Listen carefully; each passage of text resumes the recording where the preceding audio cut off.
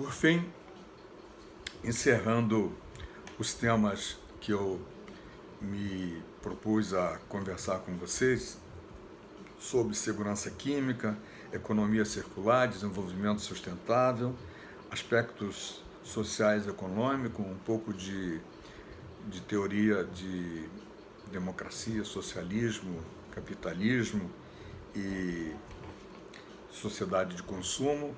Vamos abordar, assim, rapidamente o que tem acontecido desde o ano passado do governo Temer para esse governo, que eu considero de extrema importância a gente discutir, conversar e abrir essa conversa em todos os fóruns, em todos os lugares onde haja inteligência, onde haja espírito crítico, onde a gente converse com nitidez e sem fanatismo sobre as coisas.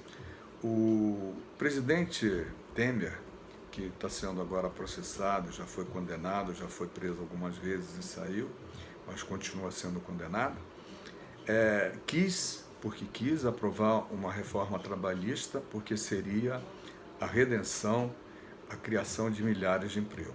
O resultado a gente já sabe. Nenhum emprego foi criado. Agora o presidente Bolsonaro nos apresenta, através de seu ministro Guedes, a salvação da lavoura, a utopia, a reforma da Previdência, que vai acabar com todos os problemas do Brasil e vai dar empregos para todo mundo. Uma grande mentira, um grande embuste, uma grande enrolação. O problema da Previdência, o problema verdadeiro, sequer está sendo abordado. Procure ler, procure se informar e verifique se no bojo, no conteúdo da reforma da Previdência, além de ferrar mais, falando bem claro, com os trabalhadores, existe alguma coisa que diga que vai baixar ou vai mudar o salário dos deputados, senadores, governadores, presidentes, ministros do Supremo, do Judiciário, grandes salários de pessoas que trabalham para o governo, que estão ganhando salários, inclusive, de aposentadoria, benefícios de aposentadorias maiores daqueles permitidos pela Constituição, se vai haver alguma mudança em relação a eles. Se vai mudar alguma coisa em relação aos militares, ao judiciário. Nada vezes nada. Se está em algum lugar, por que eles não trazem? Por que eles não dizem para a gente onde é que vai mudar para melhor, para todo mundo, nesse aspecto, para essas pessoas, para esses grupos que ganham mais aposentados do que trabalhando, que são realmente quem acaba com, quem dá provento ao grande buraco da Previdência Social. Porque o próprio Guedes já falou, 80% do que são beneficiários do INSS ganham até um salário mínimo e meio. E os 20% consomem o resto de tudo que é arrecadado pelo INSS. Então, eu não posso estar enganado, e quem enxerga a aposentadoria como sendo um problema diferente do que aquele que está sendo apresentado pelo ministro, que o foco de ação deveriam ser os grandes salários. Os pequenos salários sequer deveriam ser mexidos. Os 35 anos, aposentadoria por tempo de idade só depois de 65. Não adianta você ter 35 anos se você não tiver 65, se você não pagou 20 anos no mínimo. Tudo isso só ferra gente pobre, não tem problema com gente rica. Esse é o grande problema, é a grande discussão, é o que deve ser discutido, entendido, comentado, esclarecido definitivamente, se queremos realmente evoluir como país, se queremos ter um país melhor, não apenas para quem já está muito bem, mas para a grande maioria ou para essa população de excluídos, de cerca de 80% dos brasileiros. Então, quando falamos nisso, também verificamos que estão tentando precarizar tudo, né? Não bastasse a precarização do trabalho sob o ponto de vista de salário, ainda a precarização do INSS quando você se aposenta, e agora também, proposto pelo próprio presidente, a precarização das condições de saúde, segurança e meio ambiente no trabalho, por conta da revisão das NRs, normas regulamentadoras, que dão base legal a exigências do Ministério Público, do Ministério do Trabalho, do Ministério da Saúde, que cuidam dos aspectos de saúde do trabalhador no ambiente do trabalho e também dos cuidados que as empresas devem ter com os seus produtos, com o que acontece nos processos internos de cada empresa. Isso é de extrema gravidade, a mudança das NRs, quando se fala em colocar 90% das NRs no lixo. Olha, para quem não sabe, as NRs não foram e não são uma invenção brasileira. As NRs existem por conta da Organização Internacional do Trabalho. E a Organização Internacional do Trabalho tem filiação, e quem está afiliado à Organização Internacional do Trabalho adota voluntariamente, né, tem que adotar, não é obrigatório, mas passa por essa questão de adotar as normas expedidas pela Organização Internacional do Trabalho. E estou dizendo isso para você não achar que NR é coisa de brasileiro. Não é. NR é importante, assim como importante é a revisão delas. É preciso revisar porque existe uma evolução contínua no ambiente do trabalho, aparecem novos riscos, novos agentes químicos, aparecem novas formas de exposição por conta das novas formas de produção, e tudo isso faz o link com o que a gente estava falando no primeiro vídeo, que é segurança química, economia circular, desenvolvimento, padrão de economia, socialismo, capitalismo e sociedade de consumo e, acima de tudo, democracia.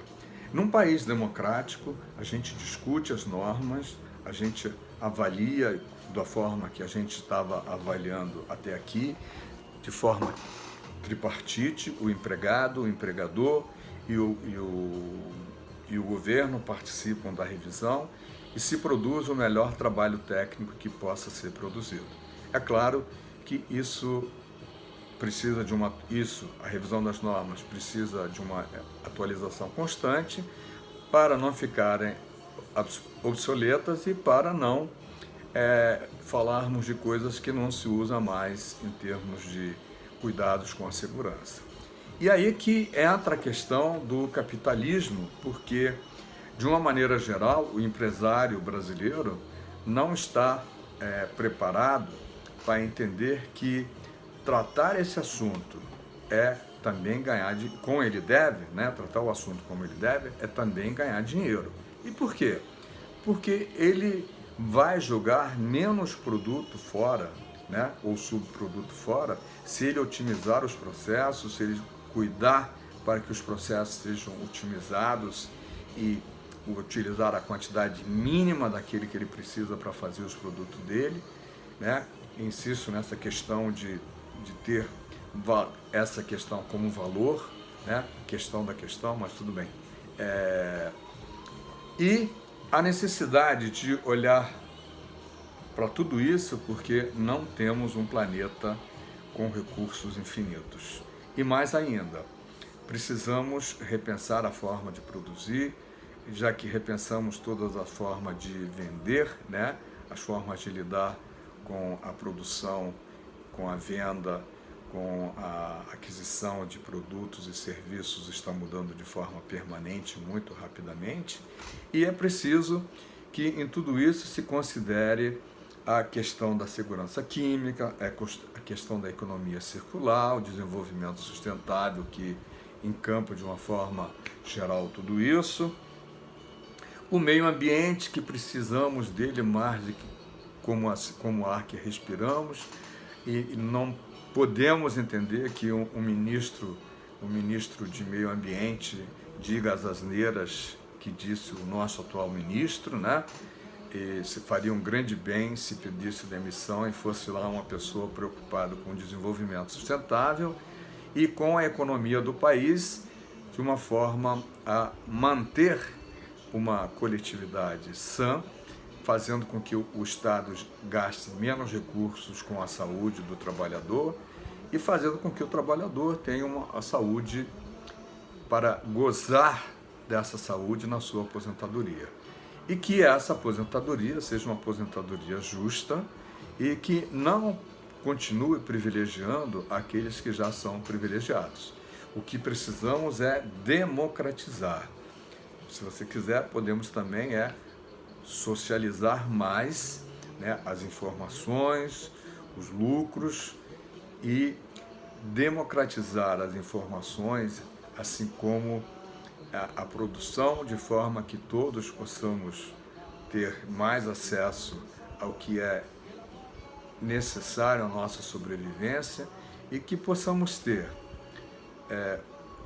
do que nos orgulhar com o legado que vamos deixar para os nossos netos, para os nossos filhos, para os nossos colegas, para os nossos amigos, e tenhamos um Brasil cada vez melhor, independente de quem esteja no governo, porque todos nós queremos a mesma coisa, um país democrático, um país bom para os brasileiros, um país que trate a todos da melhor maneira, que trate os diferentes de forma diferente, os iguais de forma igual, e que possamos todos ter emprego, trabalho, dignidade e cidadania.